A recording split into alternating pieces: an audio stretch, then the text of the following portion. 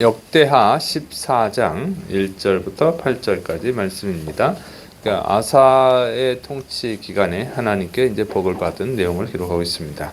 자, 이제 첫째로 이제 아사가 이제 새로운 왕이 됩니다. 역대하 14장 1절 아비야가 그의 조상들과 함께 누움에 다윗성에 장사되고 그의 아들 아사가 대신하여 왕이 되니 그의 시대에 그의 땅이 10년 동안 평안하니라. 자, 유다의 이제 두 번째 왕 아비야가 죽었어요. 죽고 나서 이제 그의 아들 아사가 유다의, 그러니까 남유다의 세 번째 왕이 됐습니다. 그리고 이 아사의 통치 기간에 이제 10년 동안 평안했다 이렇게 기록하고 있는데, 그런데 이제 아사가 통치한 것은 41년이거든요. 41년 동안 통치했는데 그 사이에 또 전쟁이 많이 있었어요. 그래서 이 10년 동안 평안했다고 하는 것은 이제 통치 초기 때를 이제 기록하고 있음을 알 수 있습니다. 그런데 이제 이 아사의 아버지 아비야는 3년을 통치했어요. 3년을 통치했고 그 아들 이제 아사는 41년을 통치를 한 거예요. 그 중에 이제 10년 초기 10년에 평안을 누렸다 이렇게 기록한 것을 보면은 이 그 아사가 그의 아버지 아비야보다 이제 하나님께 아주 은혜를 받았음을 알 수가 있죠. 그러니까 하나님 기뻐하시는 일을 해서 그런 거예요. 그러니까 이 성경에서 보면 왕들의 통치 기간은 보통은 그래요. 보통은 통치 기간이 짧으면 악한 왕이고 통치 기간이 길면 선한 왕입니다. 꼭 그런 건 아닌데 보통은 그래요. 그래서 이제 악한 왕도 통치 기간이 긴 경우도 있는데 대부분의 경우는 이제 선한 왕일 때 통치 기간이 길고 악한 왕이면 통치 기간이 짧습니다.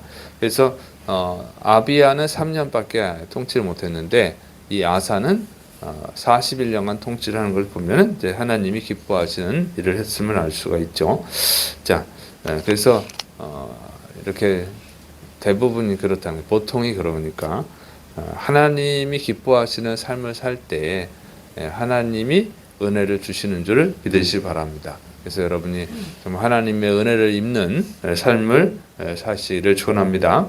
자, 그러면 이제 그 아사가 한 선한 일을 이제 기록하고 있어요. 역대하 14장 2절부터 5절. 아사가 그의 하나님 여호와님 보시기에 선과 정의를 행하여 이방 제단과 산당을 없애고 주상을 깨뜨리며 아세라상을 찢고 유다 사람에게 명하여 그 조상들의 하나님 여호와님을 찾게 하며 그의 율법과 명령을 행하게 하고 또 유다 모든 성읍에서 산당과 태양상을 없애매 나라가 그 앞에서 평안함을 누리니라. 자, 그래서 이제 아사가 하나님의 은혜를 받게 된 이유를 이제 설명을 하고 있는데, 먼저는 이제 선한 일을 했다는 거죠. 선한 일. 선한 일이 뭐죠? 선한 일이면 보통 사람들은 착한 거, 그러니까 가난한 사람을 돕고 연약한 사람을 돕고 뭐 이런 것을 이제 착하다고 본단 말이에요. 그런데 성경은 어떠냐면, 성경도 물론 그런 건 착한 일인데 그것만 착한 게 아니고 이 성경에서 말하는 이 선한 일은 특히 이제 왕과 관련해서 선한 일은 뭐냐면 우상 숭배를 금지하는 걸 선한 일이라고 해요. 그래서 이 이방 제단 아사가 한 일은 이방 제단과 산당을 없애고 또 아세라 우상, 또 태양 우상, 태양상을 이제 없앤 것을 말하고 있습니다. 그러니까 이것을 할 때, 이런 우상을 이제 파괴할 때 선한 일을 했다 이렇게 기록해요. 그러니까 아무리 착한 일을 해도 세상적 개념으로 착한 일을 해도 우상 숭배하면 그냥 성경은 악한 왕입니다. 그건 악한 왕으로 기록하고 있어요.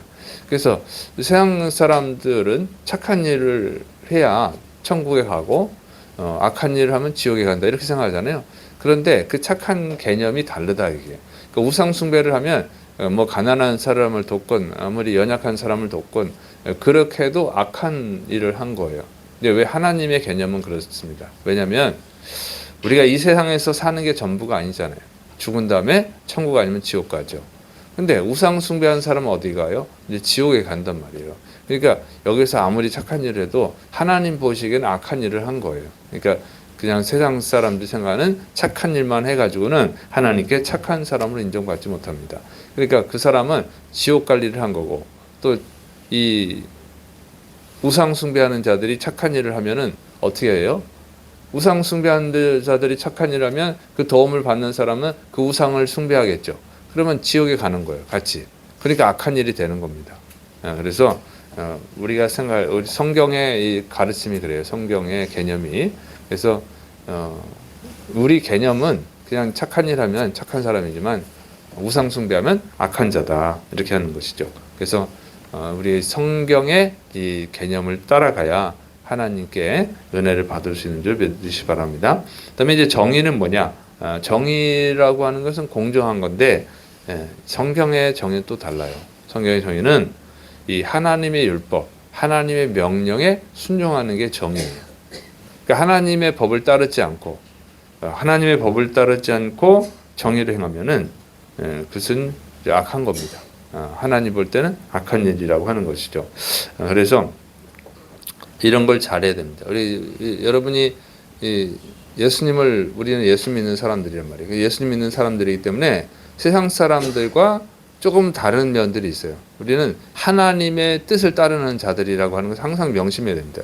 그러니까 하나님의 뜻에 생각해서 하나님이 선하다고 하는 것을 해야 돼요. 하나님이 정의롭다고 하는 것을 정의로 받아들여야지 세상 사람들이 생각하는 착한 일, 선한 일 이렇게 받아들이면은 그러면은 하나님과는 원수가 될 수 있다고 하는 것이죠. 그래서 항상 그것을 명심해서 성경에서 말하는 개념은 뭐냐, 선한 것이 뭐냐, 정의가 무엇이냐 이걸 따라가야 됩니다. 자, 그다음에 이제 하나님이 은혜를 베푸시는 거예요. 이제 아사 왕이 선한 일을 했고 하나님의 정의를 행했기 때문에 하나님이 베푸시는 은혜입니다. 역대하 14장 6절부터 8절. 여호와님께서 아사에게 평안을 주셨으므로 그 땅이 평안하여 여러 해 싸움이 없은지라 그가 견고한 성읍들을 유다에 건축하니라. 아사가 일찍이 유다 사람에게 이르되 우리가 우리 하나님 여호와님을 찾았으므로 이 땅이 아직 우리 앞에 있나니 우리가 이 성읍들을 건축하고 그 주위에 성곽과 망대와 문과 빗장을 만들자. 우리가 주를 찾았으므로 주께서 우리 사방에 평안을 주셨느니라 하고 이에 그들이 성읍을 형통하게 건축하였더라. 아사의 군대는 유다 중에서 큰 방패와 창을 잡는 자가 30만 명이요 베냐민 중에서 작은 방패를 잡으며 활을 당기는 자가 28만 명이라. 그들은 다 큰 용사였더라. 자, 그래서 이제 아사가 복을 받았습니다. 먼저 이제 평안함을 얻었죠. 10년 동안 평안하다고 그랬어요. 평안을 얻었다. 하나님이 기뻐하신 일을 했더니 하나님이 평안을 주신 거예요.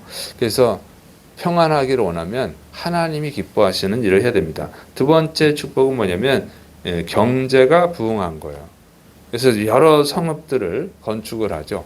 그러니까 이제 나라가 평안하니까 태평하니까 경제가 좋아지는 거예요.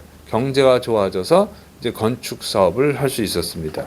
세 번째는 군사력이 강해진 겁니다. 그래서 유다 지파에서 큰 방패와 창을 잡는 자가 그 용사가 30만 명. 그다음에 베냐민 지파는 작은 방패 잡는 자가 작은 용사가 28만 명. 그러니까 58만 명이 됐습니다. 근데 이제 이 아사 왕 전에 아비야 때는 어때요? 40만 명이라고 그랬죠. 40만 명인데 18만 명이 늘어난 거죠. 그러니까 이 아사는 3년밖에 통치를 못했어요. 그런데 아비야는 3년 통치했는데 이제 아사는 41년간 통치를 하고 그리고 아비야 때는 40만 명이 전부였는데 이제 58만 명, 18만 명이 더 늘어난 것이죠. 엄청나게 뭐 거의 반이 증가했습니다. 그래서 이제 하나님이 복을 주셨음을 알 수 있습니다. 그래서 우리나라도 복을 받으려면 하나님이 기뻐하시는 일을 하면 복을 받는 것입니다. 그러니까 우리나라가 이 조선이 망하고 일본에 망하고 그랬는데 또 6.25 전쟁도 치렀는데 지금 세계의 10대 경제 대국이 됐어요. 그 와중에 어떤 일이 있었습니까? 다른 게 아니고 우리나라는 그동안은 계속 우상만 숭배했잖아요. 무당 섬기고 불교 섬기고 뭐 이런 우상 숭배를 했는데 조선 망하고 그 와중에 선교사들이 우리나라에 와서 복음을 전하고 그 복음을 받아들여서 우리 예수님을 잘 믿고 정말 예수님을 잘 믿었을 때 우리나라 경제가 발전했습니다. 물론 이제 박정희 대통령 때 발전했지만 이제 성경적 시각으로 보면 그 사람들 하나의 도구일 뿐이고 이 하나님을 잘 믿어서 우리나라 초대 대통령이 이승만이었잖아요. 하나님을 믿는 자가 대통령이 돼서 모든 법들이 사실은 성경의 기초에서 잘 세워졌습니다. 그래서 교회가 부흥이 되고 나라가 잘 살게 된 거예요. 이게 이제 성경적 시각, 이제 이 역대 상하의 그 관점에서 보면 이렇게 기록했을 겁니다. 자, 그리고 나라가 좀 어려워지고 그러는 것은 뭐예요? 이제 나라가 잘 살게 되니까 대통령들이 자꾸 이슬람하고 친해지고 중국이랑 친해지고 북한이랑 친해지고 이런 일들을 하는 거죠. 하나님이 싫어하는 나라들하고 자꾸 친해지고 하나님이 싫어하는 법들을 자꾸 만들죠. 그래서 우리나라 요즘 문제가 되는 게 뭡니까? 동성애자들을 자꾸 인정해 주죠. 서울 한복판에서 동성애 막 축제를 하고 이런 것은 하나님이 아주 악하게 여기는 거예요. 이제 그런 걸 하니까 나라가 자꾸 힘들어지는 거예요. 그래서 우리나라가 정말 우리나라가 복을 받으려면 어떻게 되느냐? 하나님의 법을 따르는 나라로 만들어 가야 복을 받을 수 있는 줄을 믿으시 바랍니다.